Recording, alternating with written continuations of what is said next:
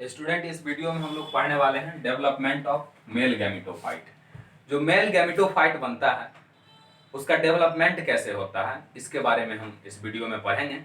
तो male gametophyte जो है ये 2 स्टेप में इसका डेवलपमेंट हम लोग पढ़ते हैं। एक डेवलपमेंट जो हम इसका देखते हैं वो देखते हैं प्री पॉलिनेशन डेवलपमेंट, और एक डेवलपमेंट हम देखते हैं वो होता है पोस्ट पॉलिनेशन डेवलपमेंट।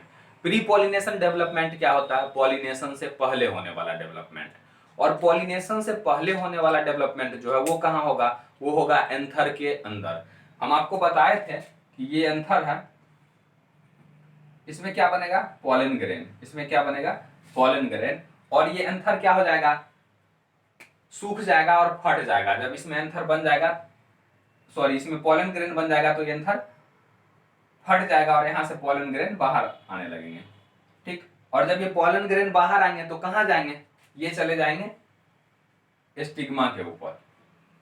ये चले जाएंगे स्टिग्मा के ऊपर। और इसी प्रोसेस का क्या नाम होता है? इसी प्रोसेस का नाम होता है पॉलिनेशन। ठीक। लेकिन पॉलिनेशन से पहले इस मेल गैमेटोफाइट का, इस पॉलन ग्रेन का कैसे डेवलपमेंट होता है उसके बारे में हमको यहाँ पे पढ़ना है। तो हम लोग जो अभी पढ़ने वाले हैं वो है प्री पॉलिनेशन डेवलपमेंट। तो अभी हम पढ़ेंगे प्री पॉलिनेशन डेवलपमेंट। आइए स्टूडेंट देखते हैं प्री पॉलिनेशन डेवलपमेंट कैसे होगा। हम लोग माइक्रोस्पोरोजेनेसिस में पढ़ चुके हैं कि क्या बन गया था? माइक्रोस्पोर। ओके स्टूडेंट, अब इस माइक्रोस्पोर में कैसे डेवलपमेंट होता है इसके बारे में हम पढ़ेंगे।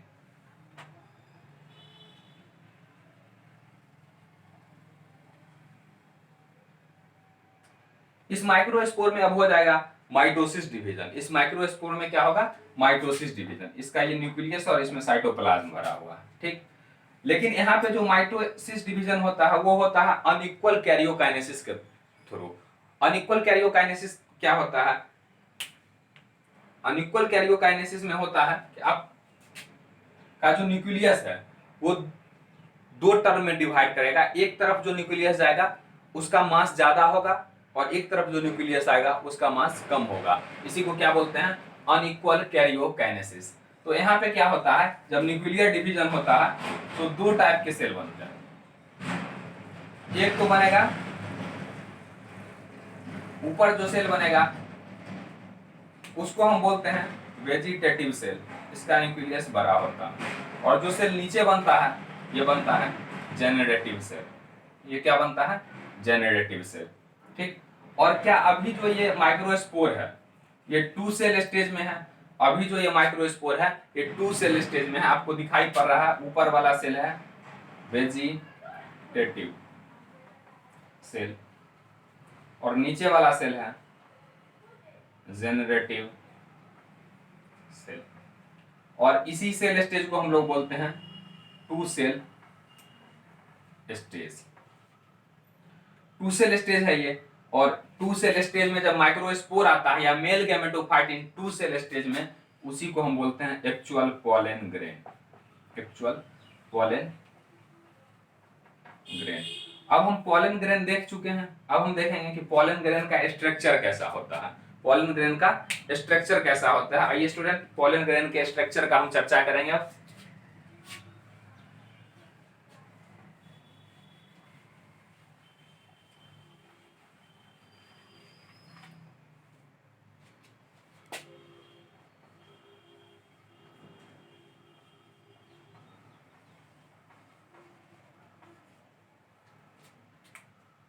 ध्यान से देखेंगे पॉलन ग्रेन का स्ट्रक्चर।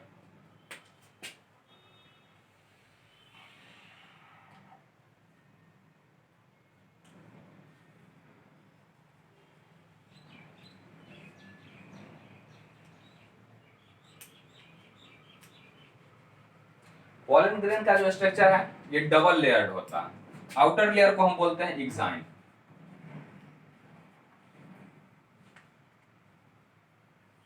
और इनर लेयर को बोलते हैं इंटाइन।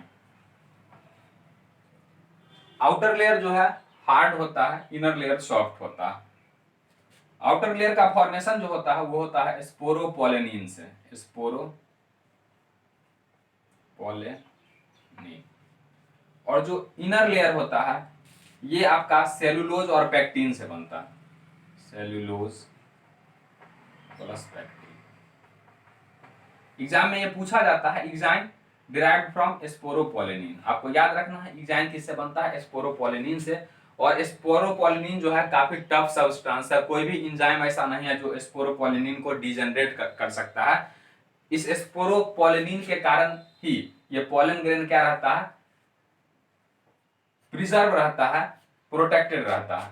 और इनर स्ट्रक्चर क्या कहलाता है, इंटाइन। और हम लोग अभी 2 सेल स्टेज देख चुके हैं इसका, तो 2 सेल स्टेज देखिए। ये ऊपर वाला सेल तो हो जाएगा वेजिटेटिव सेल जो आपको बड़ा दिखाई पड़ेगा, और नीचे वाला सेल जो होगा वो जनरेटिव सेल होगा।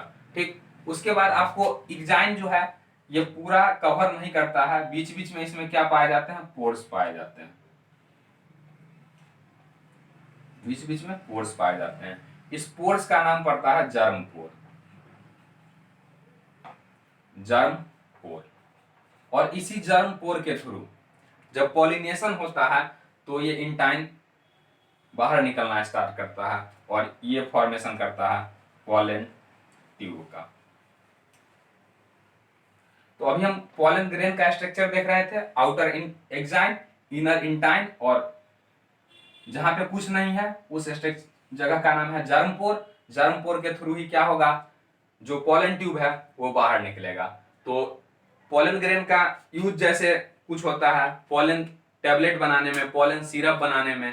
ठीक, इसको स्टोर किया जाता है बहुत लोअर टेम्परेचर पे लिक्विड नाइट्रोजन में, लगभग 190 डिग्री -190 डिग्री सेल्सियस पे। उसको बोला जाता है पॉलन बैंक। पॉलन ग्रेन को स्टोर किया जाता है। पॉलन का बहुत सारा यूज है,